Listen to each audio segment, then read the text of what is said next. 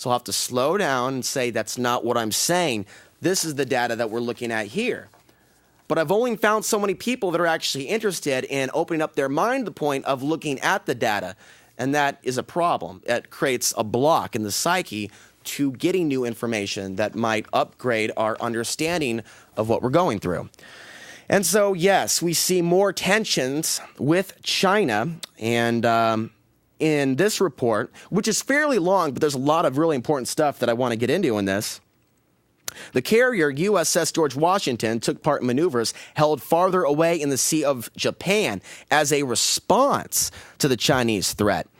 Now, they claim that that's not the reason. They're trying to,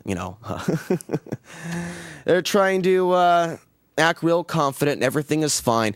We need to know the answers to very specific questions, though, as we look at this potential conflict, staged conflict, to bring forth a new world order and a global currency. Why has the United States been giving the Chinese missile technology for many, many years? Why are so many global corporations moving to China and putting their money in Chinese banks?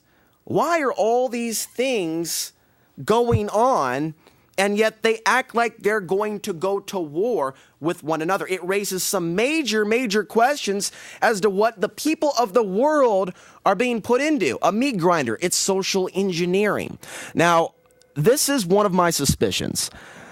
When we look at 9/11, I want to thank the caller for bringing up 9/11, even though that's not the main focus of the conversation, but is relevant when we talk about staged managed events. Terror storms, they're literally ignited by the global elite to create fear in the populations and a pretext to go to war. With 9/11, we saw all of these groups in the Middle East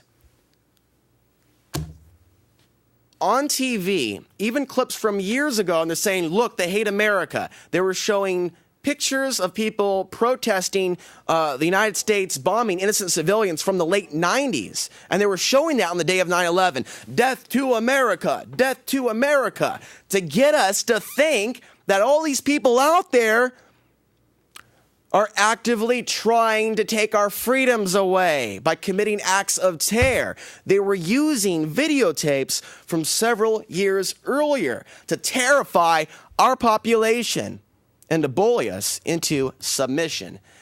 What I suspect is going to happen is that our current president or the next one is going to push the button to start the war, and America has been set up to take the fall. And all of these powerful elitists all over the world are going to dominate and ravage and economically gang rape this country, this bankrupt United States corporation. Ask yourself why your name on your ID is in capital letters. Ask yourself that very question, why your name is in capital letters. And then ask yourself another question, is this identity really you? And the answer is, it's not. Look up Jordan Maxwell and the whole idea that we're bonds. We are collateral. But this is not the first time that this has been done to a population. Let's move on. Key components of America's military are now dominated by a Chinese monopoly. This is from the Business Insider. Mainstream news. How can we put this without sounding alarmist? Reads the report. Most of America's key military technologies require rare earth elements whose production China holds a near monopoly over. It's thus perhaps no surprise that China has made the threat of rare earth export restrictions a new political bargaining chip. While the U.S. technically has large sources of rare earth elements within its territory, interesting way of wording this, the U.S. rare earth mining industry died over 10 years ago. The Pentagon and the U.S. Energy Department are still scrambling to work out what this means for U.S. security. An interim report from the Government Accounting Office, the GAO, has laid bare just how delicate the situation has become. The U.S. previously performed all stages of the rare earth material supply chain, but now most rare earth minerals processing is performed in China, giving it a dominant position. In 2009, China produced about 97% of rare earth oxides. Rebuilding a U.S. rare earth supply chain may take up to 15 years. On the topic of a global new world order where the super states, we'll get to that call in a minute, China, Russia, the United States, India's growing, Japan also is going to be moving forward economically on some levels in the future as they continue to increase their ties with China. Yes, this is going on. We have to look at all of those that have benefited financially from this immoral, illegal, unethical so-called war on terror. Mineral deposits, well over $1 trillion. Afghanistan. You've heard about conflict diamonds.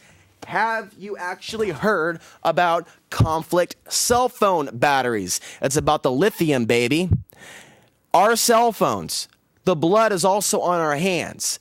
Now, this phone, I'm not proud of the fact that I have a cell phone. In fact, I lost a cell phone last week and ended up having to get a new one. Although I did not pay for this, it was given to me by someone that watched the show. I posted something on Facebook about needing a new phone because I will not purchase any more cell phones. I will only reuse old ones. But these are actually not even healthy for us. Some of you already know that. And so on small, subtle levels, we are engaged in participating in this system. Paying our taxes to the Federal Reserve is a perfect example, but they're holding us hostage and threatening us. If we don't give them our money, they just may take our home. And so we are in a very, very complicated situation.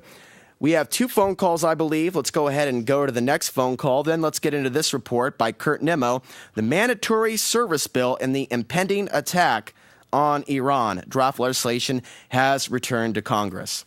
Go ahead, caller. Hi, Alex. Good evening. We're being conditioned. If people could just see, you know, how everybody, when you're riding the bus, the Max, I've been walking and riding a lot, and I noticed everybody on the bus, everybody walking down the streets, either on their cell phone playing a game or they've got their iPod in. And I was really tempted to ask this one person, I said, do you think that this has an effect on people communicating with each other? And I was at a laundromat day before yesterday, and I saw 2 little kids. They're probably 2, 3 years old. And I realized that people, humans, are it is conditioning. Bill, bring up nature. Bill, bring up the ball and gag graphic I talked to you about earlier. This is kind of what it's like. Go ahead, caller. Well, I was going to say that little kids like 3 and under, they're by nature friendly to each other. And I think some people think this is sexy, caller. To be controlled, it's almost erotic. And whip me, baby. Beat me, big daddy. Control. But I don't want to leave you because I need you. It's dependency. Learn dependency. It's like an abusive relationship where, you know, you're dependent on your abuser, and you want it. But he's had a hard day. You know, he's had a hard day at the office. The economy's not doing too good. You know, he's going to change in time. Even though you've got a chipped tooth, even though now you're limping, even though you might have gotten raped up the you-know-what, he's had a rough year. The government's having a rough year.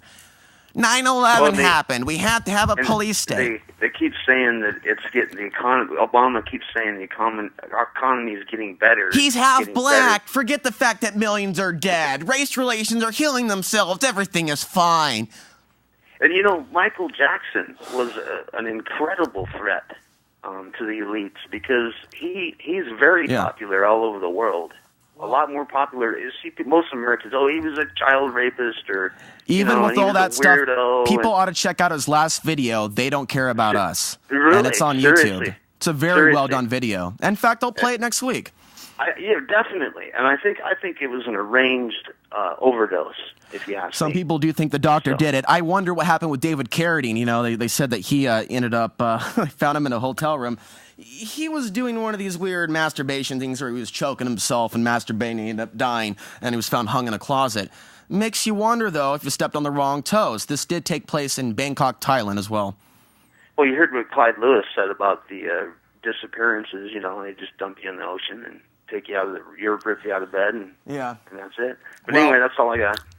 Thank you. I encourage those out there concerned with fear, you know, about what's going to happen to you. Do good deeds. Think about karma. What we put out there comes back tenfold.